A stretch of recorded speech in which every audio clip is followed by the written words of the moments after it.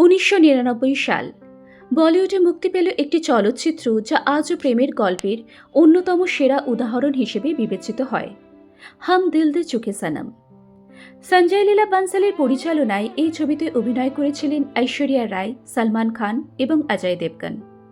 ছবির গল্পে আমরা দেখি নন্দিনী নামের এক তরুণী একজন সঙ্গীত শিল্পীর প্রেমে পড়ে, কিন্তু পারিবারিক কারণে তার বিয়ে হয়ে যায় অন্য একজনের সঙ্গে। আর তারপর শুরু হয় এক আবেগঘন যাত্রা, যেখানে স্বামী নিজের স্ত্রীর হারিয়ে যাওয়া প্রেমকে খুঁজে পাওয়ার চেষ্টা করেন। এই গল্প কোটি কোটি দর্শকের হৃদয় ছুঁয়েছিল। কিন্তু জানেন কি, এই ছবির পেছনে রয়েছে এক বাঙালি সাহিত্যিকের বাস্তব জীবনের প্রেম কাহিনীর ছায়া। সেই সাহিত্যিকের নাম মৈত্রী দেবী, আর তার রচিত উপন্যাস নহন্যতে। চলুন ফিরে যায় 1920 দশকের কলকাতায়। মৈত্রী দেবী ছিলেন এক বিশিষ্ট সাহিত্যিক, কবি ও সমাজকর্মী। কলকাতার এক প্রগতিশীল ব্রাহ্ম পরিবারে জন্ম। ছোটবেলা থেকেই তিনি সাহিত্য ও সংস্কৃতির আবহে বড় হন।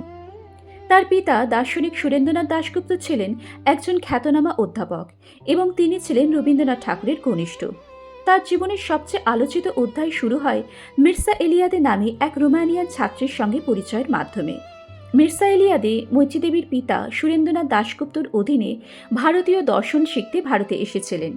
শিক্ষালাভের সময় মির্জাকে দক্ষিণ কলকাতায় দাশগুপ্ত পরিবারের বাড়িতে অতিথি হিসেবে থাকার আমন্ত্রণ জানানো হয়।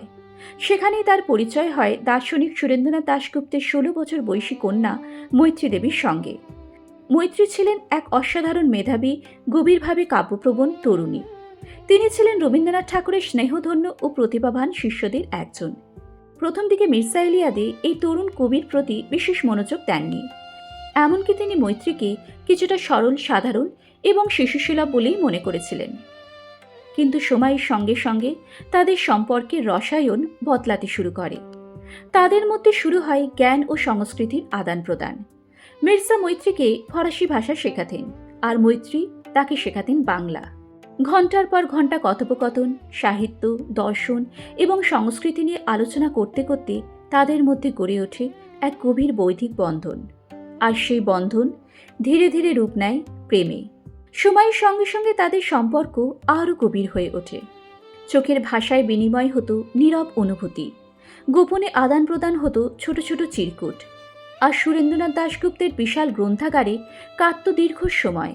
ইউরোপীয় চিন্তাধারা ও মির্জার অসাধারণ বুদ্ধিমত্তা মৈত্রীকে মুগ্ধ করেছিল।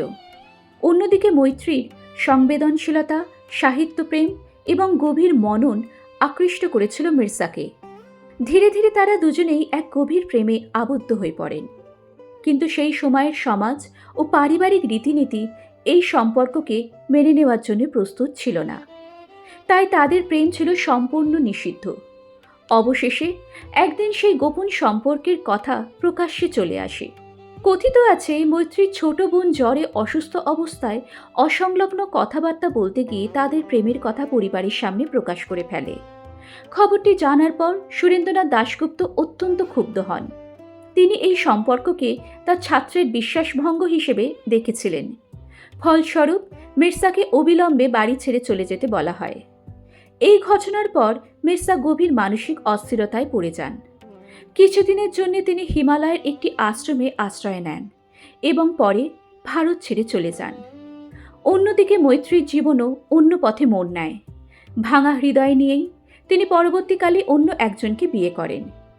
কিন্তু তাদের প্রেমের গল্প সেখানেই শেষ হয়নি।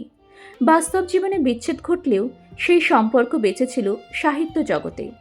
1933 সাল মির্জা এলিয়াদে লেখেন তার বিখ্যাত রোমানিয়ান উপন্যাস মৈত্রী, যা পরে 1993 সালে বেঙ্গল নাইটস নামে ইউনিভার্সিটি অব শিকাগো পুনঃপ্রকাশ করেন এবং সেই বইটি বিশ্বজুড়ে পরিচিতি পায়।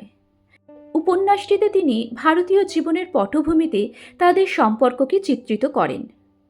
4 দশকের বেশি সময় পর মৈত্রী দেবী যখন এই বইটি পড়েন, তখন তিনি বিস্মিত ও ব্যথিত হন।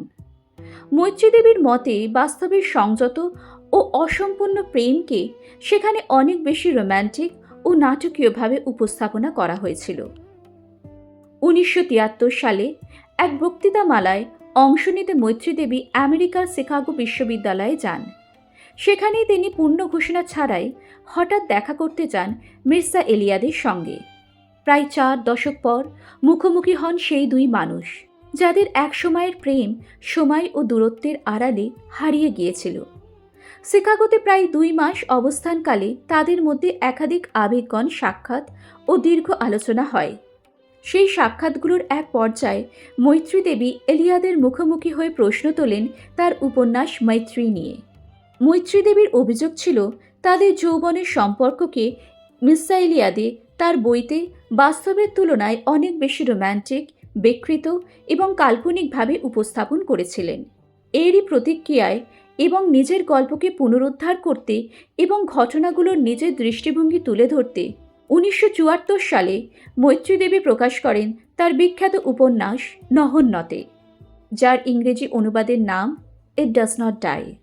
এই কাহিনীতে মৈত্রী দেবী প্রেম, স্মৃতি এবং সময়ের এক মর্মস্পর্শী ও অন্তর্মুখী অনুসন্ধান তুলে ধরেছেন। বিচ্ছেদের বেদনা সত্ত্বেও কিভাবে সাহিত্যিকের ভালোবাসা মানুষের হৃদয়ে বেঁচে থাকে, কিভাবে সময়ের প্রবাহ কিছু অনুভূতিকে মুছে দিতে পারে না, সে কথাই ধরা পড়েছে এই উপন্যাসে। মৈত্রী দেবী এবং মির্জা ইলিয়াদের গল্প বিংশ শতাব্দীর সবচেয়ে আলোচিত, বিতর্কিত এবং হৃদয়বিদারক আন্তঃসাংস্কৃতিক প্রেম কাহিনীগুলোর অন্যতম। আজ মৈত্রী দেবী নেই, মির্জা ইলিয়াদিও নেই। সময়ের স্রোত তাদের দুজনকেই ইতিহাসের পাতায় স্থান দিয়েছে।